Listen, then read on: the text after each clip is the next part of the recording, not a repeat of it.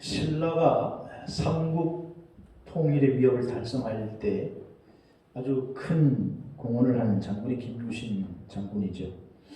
그 일화를 보면 그는 젊은 시절에는 상당히 향락에 취해서 기방을 주입하며 술에 젖어 살았던 방탕한 젊은이 가운데 하나였습니다. 당시에 김유신이 다니던 그런 기방에는 천관이라고 하는 기생이 있었는데 아마 그렇게 이뻤나 봐요. 그래서 그 여인에게 마음을 뺏겨서 자주 출입하게 되었는데 나중에 그 사실을 안 김유신의 어머니 만명 부인이 결국 아들 김유신을 불러다가 호되게 야단을 치지요. 나라와 민족을 위해서 일을 해야 할 네가 이게 무슨 말이냐. 그래서 어머니 야단을 맞고 다시 결심을 합니다. 다시는 기방에 가지 않으리라. 그리고 이제 무술에 전념을 하리라. 그래서 그것을 잊으려고 활 쏘기를 열심히 했다 그래요. 당시의 전쟁은 칼과 활을 잘 쏴야 전쟁이 이길 수가 있으니까. 그날따라 활 쏘기 훈련이 고되었는지 하루 종일 훈련을 하고 집으로 말을 타고 돌아오는 길이었는데 깜빡깜빡 말 위에서 졸았다고 하죠. 그런데 말이 멈춰서서 이제 집에 다 온 줄 알고 김유신이 정신을 차려보니까 말이 자신이 다녔던 그 기방집 앞에 서 있는 거예요. 그래서 이때 김유신이 정신을 차리고 자신의 칼을 빼서 자신의 결단을 무너뜨리는 그 사랑하는 에마의 목을 쳐서 두둥강을 내버렸다는 거죠. 여기서 나온 말이 단마두의 각오라는 말입니다. 단마두의 각오. 말의 목을 쳐서라도 결단을 굽히지 않는다. 아마 그때 김유신이 자신의 에마를 치지 않았더라면 김유신은 또 향락에 빠졌고 옛날 그 습관으로 돌아가게 되었을 것입니다. 사람들이 어떤 일을 결단할 때 그 옛날의 나쁜 습관을 잊어버리려고 다른 일을 막 열심히 몰두하게 됩니다. 근데 그 옛날의 나쁜 습관이 나의 발목을 자꾸 잡아서 그래서 우리가 다시 옛날로 돌아가게 되죠. 김유신의 에마처럼. 그래서 우리는 이 습관이라고 하는 것이 우리를 자꾸 옛생활로 옛날 그 죄의 자리로 되돌려 놓으려고 할 때 단마두의 각오가 필요하다는 거예요. 김유신뿐만 아니라 오늘 믿음의 길을 걸어가는 우리들에게도 이 단마두의 각오가 필요한데 나를 죄의 자리로 끌고 가려고 하는 습관이라고 하는 말을 말씀의 칼로 제거하시기를 주의 이름으로 축원합니다.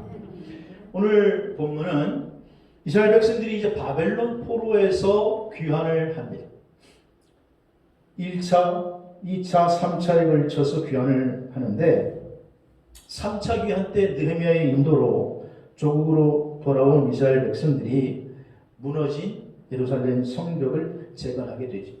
그리고 성벽을 재건하고 나서 이제 성벽 낙성식을 한 후에 에스라라고 하는 선지자가 모세의 율법 하나님의 말씀을 낭독하게 됩니다. 그러니까 그 낙성식에 참여했던 이스라엘 백성들이 정말 감격에 겨워하는 거예요. 조국을 잃고 포로로 미국까지 끌려가서 노예 생활을 하다가 이제 조국에 돌아와가지고 이제 성벽 재건하고 이제 자유민의 삶을 살게 되었을 때의 그 기쁨. 이루 말할 수가 없죠. 우리 일제 36년 동안 그렇게 고통받다가 해방되었을 때의 그 감동을 아마 일제시대를 사신 분들은 아실 텐데 그 이상이었겠죠.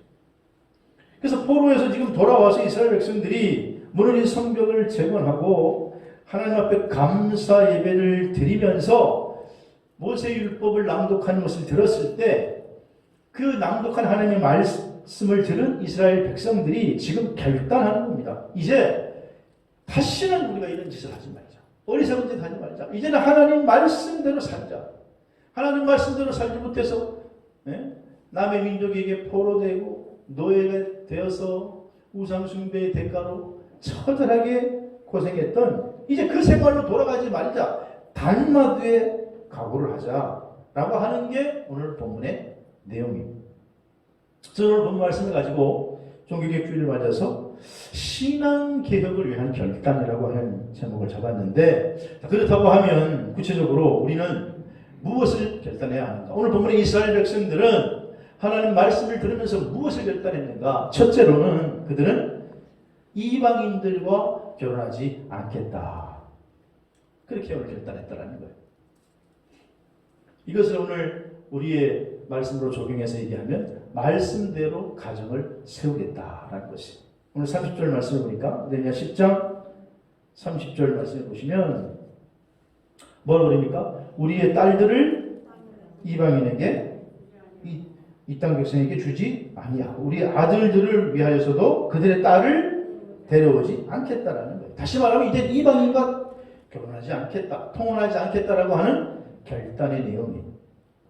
원래 이방인과 통혼 금지는 하나님의 명령이었습니다. 그래서 출애굽기 34장 16절에 보면 내가 그들의 딸들을 내 아들들의 아내로 삼음으로 그 딸들이 그들의 신들을 음란하게 섬기고 아들들에게 그들의 신들을 음란하게 섬길까 함이니라. 하나님께서 그래서 통혼을 금지시켜 놓은 것이죠. 또 모세도 마지막 유언 설교를 하면서 신명기 7장 3절에서 4절을 보면 그들과 혼인하지 말지니 내 딸을 그들의 아들들에게 주지 말 것이요 그들의 딸도 내 며느리로 삼지 말 것은 그가 내 아들을 유혹해서 여호와를 떠나고 다른 신들을 섬기게 하므로 여호와께서 너희에게 진노하사 너희를 멸하실 것이기 때문이다.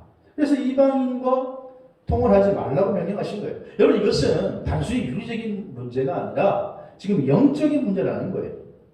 과거에 이스라엘 백성들이 이방인들과 결혼함으로써 이방의 우상 숭배가 이스라엘 백성에게 하나님의 백성 곳곳에 침투하게 됐어요. 그래서 하나님께서는 이스라엘 백성들에게 이방인들과의 통혼을 금지시킨 것입니다.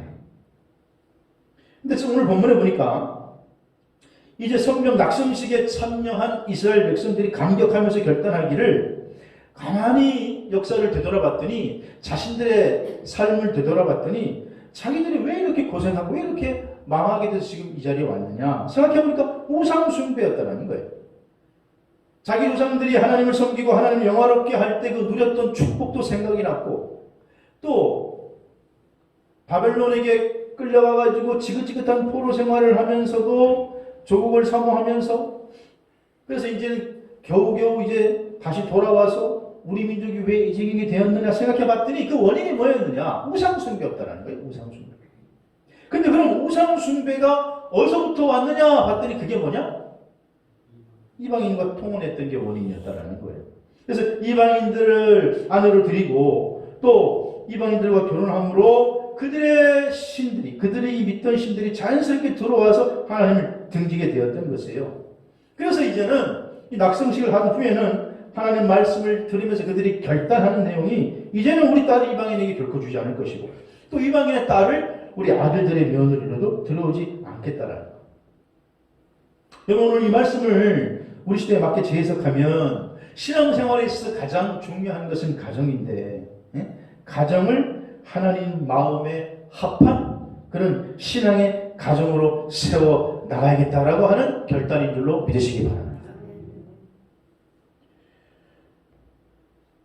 가장 부귀와 영화를 누렸던 솔로몬이 막상 20살이 되어서 왕이 되었을 때에 자기가 두렵고 떨리니까 나라를 어떻게 다스려야 할지 모르니까 기브론 골짜기에 가서 하나님께 1,000번째를 드리죠. 그래서 하나님 저를 좀 도와주십시오. 그러면서 하나님 앞에 정성스럽게 예배를 드리니까 하나님이 너 뭘 구하느냐? 지혜를 구합니다. 하나님께서 솔로몬에게 지혜를 주셨어요. 솔로몬이 전무후무한 지혜의 왕이 되어서 나라를 다스리기 시작하니까 나라가 점점 강해지고 부강하게 됩니다. 나라가 강해지고 부강하게 되니까 다른 나라에서 저절로 머리를 굽히고 들어온 거예요. 조공을 바치고 또 이방 여인들을 솔로몬의 아내로 자꾸 주는 거예요. 나중에 솔로몬이 1명, 2명 받아들이다 보니까 나중에는 후궁이 1000명이라고. 1000명. 1000명은 얼굴도 다 기억 못하겠어요. 그런데 이 이방인들이 솔로몬에게 올 때 그냥 온 것이 아니라 다 자기들이 섬기는 신들을 가지고 온다. 그러니까 예루살렘을 비롯해서 이스라엘에 그 후궁들이 사는 집만 지어줘도 뭐 어마어마할 텐데 거기에 그냥 우상이 가득 차게 되었다라는 거예요. 결국은 솔로몬 이후에는 나라가 둘로 나누어지고 결국 망하게 된 근본적인 원인이 뭐냐? 이방인과 통혼하게 되는 것이 원인이었다는 거죠. 그러므로 사랑하신 여러분, 신앙의 개혁은 가정에서부터 있어야 될 줄로 믿으시기 바랍니다. 여호수아서 24장에 보면 이스라엘 지도자인 여호수아가 하나님의 명을 받아 가나안 정복 전쟁을 다 마치고 사명을 마친 후에 이제 이스라엘 백성들을 불러 모아놓고 마지막 죽음을 앞두고 고별 설교를 합니다. 고별 설교. 가나안 땅에 들어와 살면서 여호수아가 그렇게 이스라엘 백성들에게 얘기를 했는데, 강조를 했는데도 어느 순간 이방 우상들이 슬그머니 이스라엘 백성들이 지금 벌써 들어와 있어요. 그래서 그들의 여인들을 받아들인 거죠. 그래서 거기에 대해서 여호수아가 따끔하게 일침을 놓고 여호수아 24장 15절에 보면 여호수아는 자기의 각오를 얘기합니다. 자기 가정의 각오. 그래서 여호수아 24장 15절에 보면 야, 너희들이 거주하는 땅에 그 아모리 족속이든지 너희들이 강 저쪽에 섬기던 신이든지 간에 어느 신이든지 간에 너희들이 섬길 자를 택해라. 그런데 나와 내 집은 누구를 섬기겠노라? 여호와를 섬기겠노라. 그러니까 나와 내 집은 여기서 여호수아의 가족을 뜻하죠. 그러니까 민족 지도자인 여호수아는 지금 자신뿐만 아니라 자신의 가족, 가문의 믿음을 중요하게 생각했다는 거예요. 오늘 사랑하시는 여러분, 여러분의 가정에서부터 신앙의 개혁이 있어지기를 축원합니다.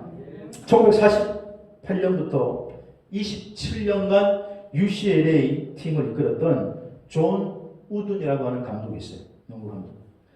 근데 이 감독이 세운 기록은 아직도 깨지지 않았습니다. 620승 147패. 전설적인 감독인데 어느 날 이 감독이 선수들을 모아놓고 이렇게 말합니다. 우리는 경기의 챔피언이 되기 위해서 여기 있는 게 아니라 인생의 챔피언이 되기 위해 여기에 있는 것이다. 그러니까 이걸 이해하지 못한 한 선수가 질문하죠. 감독님, 이게 무슨 말입니까? 우리가 어떻게 해야 인생의 챔피언이 될 수 있습니까? 그러자 존 우든 감독이 인생의 챔피언이 되기 위해서는 신발과 양말을 제대로 신어야 한다네. 더 이해가 안 되잖아요. 그러자 감독이 다시 말하기를 경기를 준비할 때 가장 기초적인 것이 뭔가 신발과 양말을 신는 것에서부터 출발하는 것이지. 그러니까 존 우든 감독은 가장 기초적인 것을 놓치면 결코 중요한 것을 획득할 수 없다는 거예요. 승리를 획득할 수 없다. 농구 경기에서 양말 신고 신발 신는 게 가장 기초적인 거죠. 기초를 제대로 하지 않으면 누구든지 농구 경기에서도 승리할 수 없고 인생에 있어서도 챔피언이 될 수 없다는 거예요. 근데 여러분, 우리 신앙의 기초, 믿음의 기초는 뭐냐? 바로 가정을 말씀 위에 세우는 것인 줄로 믿으시기 바랍니다. 가정을 말씀 위에 세워놓으면 거기 그 가정에 분명히 인물이 나오고 그 후손이 분명히 복을 받는 위대한 인물이 나올 줄로 믿으시기 바랍니다. 두 번째로 신앙개혁의 두 번째 결단은 오늘 31절에 보니까 안식일에는 그들에게 사지도 않겠고 물건을 팔지도 않겠다. 그러니까 안식일에는 매매하지 않겠다라는 거예요. 자, 지금 이스라엘 백성들이 오랜 포로 생활로 있다가 지금 귀환을 했어요. 그래가지고 귀환을 하니까 나라를 다시 세워야 되고 도읍을 다시 만들어야 되니까 얼마나 필요한 게 많겠습니까? 그러니까 늦게 지금 정착해 왔으니까 먼저 자리를 잡고 있던 주변 나라들과 함께 경제적인 교류를 해야 되는데, 사실 가불관계를 따지면 그 정착해 있는 이 민족들이 갑이고 늦게 들어온 이스라엘 민족은 을이죠. 그러니까 그 사람들이 물품을 주지 않으면 사실 살 수가 없어요. 서로 교류를 해야 되는데, 그래서 그들은 주일날에도 안식일에도 서로 물건을 사고 파는 교류가 이루어지고 있었던 거예요. 근데 그들이 이제 이 낙성식을 하고 그리고 말씀을 들으며 결단하기를 이제는 안식일에는 물건을 사고 팔지 않겠다, 그렇게 결단하는 거예요. 이게 무슨 말이냐 하면 이제는 자기들의 조상들이 그렇게 중요하게 지켰던 안식일 준수의 신앙, 주일 성수의 신앙을 반드시 지키겠다라고 하는 거예요. 출애굽기 31장 10절 내려보면 너 이스라엘 자손에게 말하여 이르기를 너희는 나의 안식일을 지키라. 이는 나와 너희 사이에 대대의 표징이니 나는 너희를 거룩하게 하는 여호와인 줄 너희가 알게 하리라. 근데 하나님께서 안식일 준수에 대한 것들을 명령하셨기 때문에 이걸 다시 철저하게 지키겠다 결단하는 거예요. 출애굽기 16장에 보면 이스라엘 백성들에게 내린 만나에 대한 이야기가 나옵니다. 이스라엘 백성들이 광야길을 걸어갈 때에 40년 동안 광야길을 걸어갔는데 그때 이스라엘 백성들이 농사지어서 먹고 마신 게 아니었어요. 매일 밤에 하나님께서 하늘에서부터 만나를 내리시면 그것을 걷어다가 그걸 구워가지고 과자로 만들어 먹기도 하고 빵으로 만들어 먹기도 했던 것입니다. 그리고 욕심내서 더 남기면 거기 벌레가 생겨요. 그런데 예외가 있어요. 그게 뭐냐 하면 6일째 되는 날은 보통 날에 거두는 양보다 2배를 더 거두라는 거예요. 그래도 그날에는 벌레가 생기지 않아요. 왜냐? 안식일에는 나가서 만나가 내리지 않기 때문에. 나가도 안식일에는 만나가 내리지 않기 때문에. 그래서 출애굽기 11장 23절에 보면 바로 그 말씀이 나오는데 모세가 그들에게 이르되 내일은 휴일이니 여호와께 거룩한 안식이라. 내가 구울 것을 굽고 삶을 것을 삶고 나머지는 다 너희가의 아침까지 간수하라. 그래서 성경에 제일 처음으로 안식에 대한 규례를 공포하는 게 바로 이 부분에 대한 말씀이죠. 그러니까 이스라엘 백성들은 지금 출애굽하는 그런 열악한 환경 속에서 광야 생활 속에서도 하나님의 말씀을 지키고 안식일을 철두철미하게 잘 지켰다라는 거예요. 여러분 우리가 믿음 생활할 때 주의를 지키는 것이요 신앙생활의 근간인 줄로 믿으시기를 바랍니다. 현대 첼로의 아버지라고 불리는 사람이 파블로 카잘스라는 사람이 있어요. 영국 BBC 방송국에서 이 사람에 대해서 특집 방송을 제작하면서 이 사람과 인터뷰를 했습니다. 그래서 기자가 인터뷰를 하는데 평상시에 궁금한 걸 물어보면서 선생님은 현존하는 최고의 첼리스트십니다. 근데 지금 95세가 되었는데도 하루에 6시간씩 연습을 한다고 들었는데 그렇게까지 할 필요가 없는데 왜 힘들게 계속 연습을 하십니까? 그러자 이 파블로 카잘스가 이렇게 대답을 했다고 해요. 나는 지금도 연습을 통해서 조금씩 발전하고 있다고 생각하기 때문입니다. 현대 첼로의 아버지가 될 수 있는 이 파블로 카잘스의 비결은 90세가 넘었는데도 매일 6시간 조금씩 연습하면서 기본기를 다졌다는 거예요. 이 카잘스의 모토는요, 기본 없이는 고수가 없다라는 거예요. 기본 없이는 고수가 없다. 사실 여러분, 건강한 신앙생활을 위해서요, 신앙의 기초를 굳건히 하는 것만치 중요한 게 없어요. 어떤 분들이 이렇게 생각할 수 있어요. 아니, 1년에 365일, 주일로 따지면 52주인데, 왜 기독교는 52주 날마다, 매주마다 나와서 예배를 드려야 하냐고. 여러분, 불교는 1년에 한두 번 가도 되잖아요. 1년에 한두 번 가도 불교 신자라고 그러는데. 기독교는 왜 매주마다 나와서 예배를 드려야 되냐.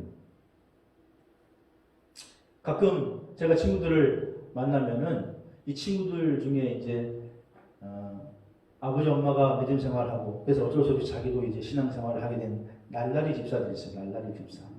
날라리 집사들이 제가 목사니까 물어보는데 야, 왜 52주 매일 나오라고 그러냐? 한 절반만 나가면 되지. 52주 중에서. 그렇게 물어보더라고요.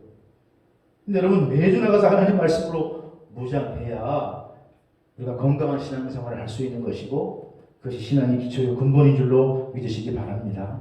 오늘 보면 이스라엘 백성들은 포로에서 지금 돌아와서 성경을 재건한 후에 하나님 앞에 결단하면서 두 번째 결단하기를 신앙의 기초인 안식일 지키겠다 결단하는 거예요. 주일 성수 이게 바로 신앙생활의 기초라는 거예요. 이 기초를 할 때 비로소 기초가 잘 되는 사람이 신앙의 고수가 될 수 있는 거예요. 신앙의 고수. 하루아침에 고수가 되는 사람이 어디 있습니까? 기초와 기본을 철저하게 할 때 믿음의 고수가 되고 축복의 고수가 될 수 있는 줄로 믿으시기를 바랍니다. 세 번째로 신앙 개혁의 결단은 오늘 이스라엘 백성들은 11조를 드리겠다. 말씀대로 11조 신앙을 지키겠다. 그렇게 얘기합니다. 오늘 37절에 보니까 우리 산물의 11조를 레위 사람들에게 주리라 하였나니 그렇게 말하고 있어요. 여러분 11조 모르는 사람은 없죠. 이거는 뭐 이제 유명해져 가지고 안 믿는 사람들도 다 알아요. 안 믿는 사람들 교회 나가면 해야 되는 거로. 근데 여러분 이 믿음 없는 분들은요, 그러니까 이 헌금을 할 때에 잘 모르니까 자기들의 수준에서 생각해서 말하는 것 같아요. 그 여러분 그런 얘기를 하더라고요. 제 친구들도 야, 왜 헌금할 때 자발적으로 헌금하긴 내버려 두지 왜 헌금위원들이 옆에서 지키냐는 거예요. 네? 이 지키는 거는 얼마 하는지 지금 보려고 옆에서 지키는 거 아니냐는 거예요. 이 헌금위원들 헌금할 때 지키지 마세요.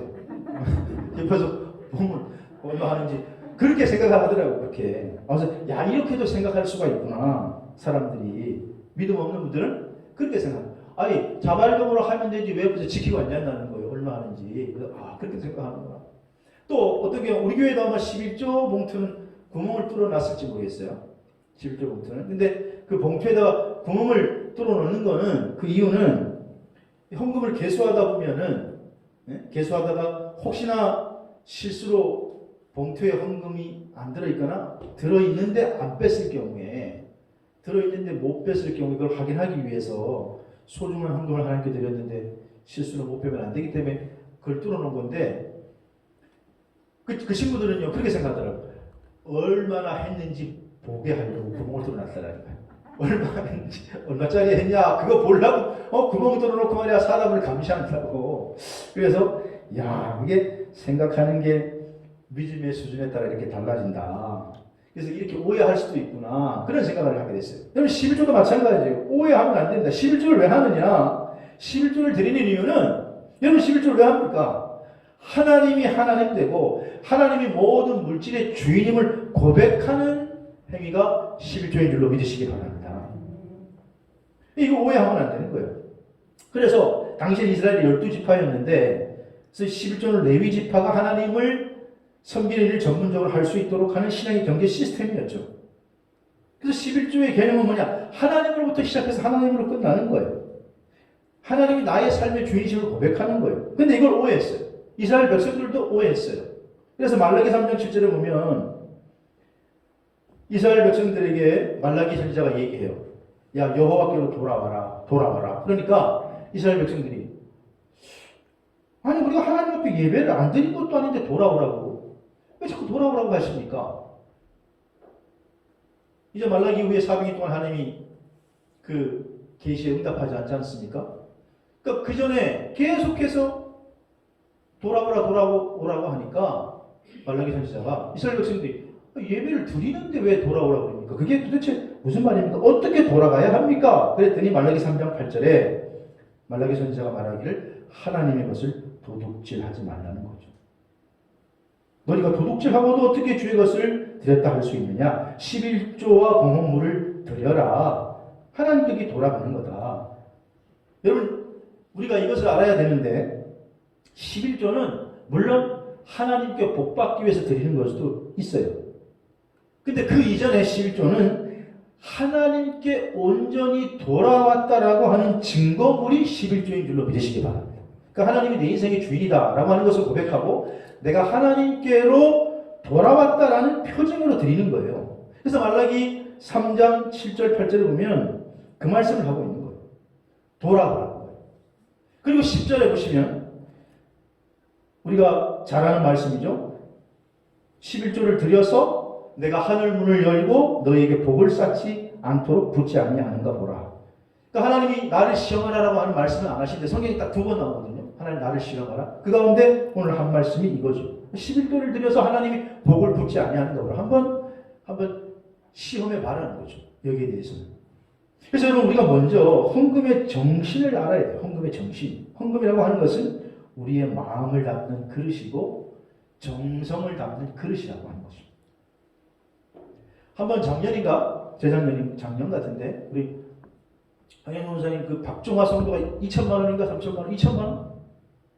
2천만 원 헌금했었나요? 한 번에? 2천만 원을 우리 교회에 다니시는 분도 아닌데 새벽에 새벽 기도를 드리는데 말씀의 은혜를 너무 받았다고 그러면서 하나님께 드립니다 그러면서 감사헌금을 드렸어요. 근데 감사헌금을 받더니 2천만 원이 2천만 원. 그래가지고 이제 그거를 제가 사무실 책상 서랍에 이렇게 넣어놨어요. 넣어놓고는 그리고는 이제 계속 잠가놓고 있다가 주일날에 빨리 재무부장에게 줘야 되는데 10일 이제 감사헌금 빨리 드려야 되는데 내려와가지고 새벽 기도를 하는데 가만히 생각해보니까 새벽 기도 하다 보니까 내가 사무실에 자물쇠 문을 안 잠근 것 같아요. 그래서 내가 안 잠궜나? 잠궜나? 그 다음부터는 기도가 안 되고 뭔 생각이 드냐 하면 자꾸 2천만 원 2천만 원 없어지는 거 아니야? 2천만 원? 누가 이거 손을 슬쩍 타는 거 아니야? 걱정이 돼가지고 계속 기도가 안 되고 뭐가 생각나요? 2천만 원 2천만 원. 그래가지고 결국은 중간에 제가 키를 달라 그래가지고 올라가서 봉투를 내 주머니에 넣어가지고 내려와서 새벽 기도를 했어요. 그래서 제가 그런 사실을 한번 경험하면서 깨닫게 된 것이 뭐냐 하면 주님께서 하신 말씀인데 마태복음 6장 21절에 내 보물이 있는 곳에 뭐도 있느니라? 내 마음도 있느니라. 그게 부담이 되니까 너무 이게 큰 돈인데 그 잘못하면 이제 뭐 큰일이잖아요. 그러니까 내려와가지고 야 이거 제대로 잠갔나 안 잠갔나 빨리 줘야 부담이 없는데 그래서 계속 2천만 원 생각이 나는 거예요. 여러분 예물이 뭐냐? 하나님 앞에 드린 예물이 뭐냐? 우리의 마음과 우리의 정성을 우리의 신앙을 담는 그릇인 줄로 믿으시기 바랍니다. 물을 마실 때 물에 담는 그릇에 담아서 마실 수 있는 것처럼 오늘 우리가 하나님을 사랑하고 하나님을 경배하는데 그것을 어디에 담아드리느냐? 예물에 담아드리는 거예요. 근데 그것을 오해하면 안 되는 거예요. 그래서 이스라엘 백성들은 지금 예루살렘에 돌아와서 성벽을 재건하고 낙성식을 한 후에 잔디를 깨달은 거예요. 이제 우리가 다시는 이방인의 포로가 되지 않고 하나님의 은혜와 축복 속에 살아가기를 결단해야 되는데 결단하는 게 뭐냐? 이제는 11조를 드려야겠다. 모든 만물의 주인이 하나님임을 인정해야겠다. 우리가 이제 우상 숭배하지 않고 하나님께로 돌아왔다는 증거를 하나님께 보여드려야겠다. 그게 바로 11조라는 것이죠. 11조. 종교개혁자 마틴 루터는 사람이 진정한 크리스찬이 되기 위해서는 세 가지 면에서 회심을 해야 된다. 하나는 머리의 회심, 두 번째는 가슴의 회심, 세 번째는 지갑의 회심이라고 그랬어요. 사람들이 뭔 말인지 몰라가지고 아니 머리의 회심, 가슴의 회심, 지갑의 회심이 뭡니까? 다시 물었더니 마틴 루터가 종교개혁자가 대답하기를 머리의 회심은 지적인 결단과 변화. 그러니까 복음의 세계, 진리의 세계를 깨닫고 변화하는 회심이 있어야 되고 진정한 크리스찬이 되기 위해서는 두 번째 가슴의 회심은 뜨거운 사랑, 정의를 이웃에게 어떻게 실천할지를 깨달아야 되고 지갑의 회심은 물질을 어떻게 모으고 어떻게 사용해야 할지를 깨달아야 진정한 크리스찬이라고 말할 수 있네 라고 대답을 했다는 것입니다. 여러분 우리가 헌금을 드린다고 할 때 헌금은 뜻 자체는 돈을 바친다라는 거예요. 돈을 바친다. 그죠? 헌금. 그러니까 금을 바친다라는 뜻인데 근데 여러분 그 두 단어 중에 어느 것에 비중을 두느냐에 따라 우리의 자세와 태도가 완전히 달라지는 거예요. 우리는 헌금에서 중요한 거는 금이라고 생각해요. 금. 그래서 물질이라고 생각해요. 그런데 우리 하나님께서는요. 물질보다는 물질을 드리는 태도, 헌금을 드리는 것, 드리는 사람의 마음을 중요하게 여기시는 줄로 믿으시기를 바랍니다. 우리 창조주 하나님의 마음은 금에 관심 있는 게 아니에요. 아니 그 물질이 없어서 하나님 달라고 그러는 게 아니에요. 금이 아니라 하나님 앞에 어떻게 드리냐, 나와 너가 어떤 바른 관계를 맺고 살아가기를 원하느냐라고 하는 거예요. 18세기 영국의 강력한 해군으로 영국이 해가 지지 않는 나라라는 별명을 얻고 전 세계의 바다에 영국 해군의 배가 떠 있었다고 말할 정도로 막강한 시절이 있었죠. 근데 덩달아서 또 영국의 그 많은 무역선들이 전 세계를 누비니까 영국이 세계적으로 부강한 나라가 되었던 것이죠. 근데 하나 고민이 생긴 거는 이 바다를 정복한 영국이 그만큼 많은 배들이 다니니까 배들이 침몰하는 사고가 발생한 거예요. 그래서 한 해에 영국 근해에만 약 한 1000명 정도의 선원들이 수장되기도 하는 그런 일들이 벌어지기 시작하는 겁니다. 그래서 영국 하원 의원인 사무엘 플립솔이라고 하는 사람이 왜 이렇게 사고가 많냐, 왜 이렇게 많은 사람들이 희생돼야 되냐 조사를 해봤더니 그 배의 침몰 원인이 다른 게 아니라 무리하게 화물을 싣고 다니기 때문에 무리하게. 그래서 이 사무엘 플립솔이라고 하는 의원이 1875년 배의 침몰을 방지하기 위해서 배에다가 줄을 긋고 그 선이 잠길 때까지만 짐을 실으라고 하는 법안을 통과시켜서 그게 국제법으로 통과가 돼서 지금 모든 배들이 소위 말해 인터내셔널 로드라인을 지키고 있는 거예요. 우리나라로 말하면 국제 만재글수선, 그러니까 짐을 싣는 라인. 그걸 넘기면 위험한 거예요. 배가 침몰될 수 있다는 거예요. 균형 감각을 잊어버리니까. 여러분, 우리 인생도 마찬가지입니다. 왜 우리 인생이 침몰하느냐? 우리가 자꾸 물질에 대한 욕심으로 이 인생의 만재글수선을 넘어가기 때문에 그런 거예요. 우리 믿음 생활도 마찬가지. 물질이 하나님께서 내게 맡겨주신 선물이라고 하는 생각을 가지고 물질에 대한 욕심보다는 주신 것에 감사하는 마음을 가지고 살아가는 것이 중요한 줄로 믿습니다. 그래서 그게 인생의 주인임을 인정하는 신앙이고 그게 바로 11조 신앙이라는 거예요. 말씀을 정리합니다. 오늘 이스라엘 백성들이 바벨론 포로에서 돌아온 이후에 성전 낙성식을 하고 나서 그들이 하나님 말씀을 들으며 결단합니다. 이제는 이렇게 결단해서 내가 살기로 했다. 이제는 죽어도 이렇게 살겠다. 이게 뭐냐? 이방인과 통혼하지 않겠다. 말씀을 가정에서 세우겠다. 가정을 말씀대로 세우겠다. 두 번째는 안식일에 매매하지 않겠다. 말씀대로 주일을 반드시 지키겠다. 세 번째는 11조를 드리겠다. 여러분 이 세 가지 결단이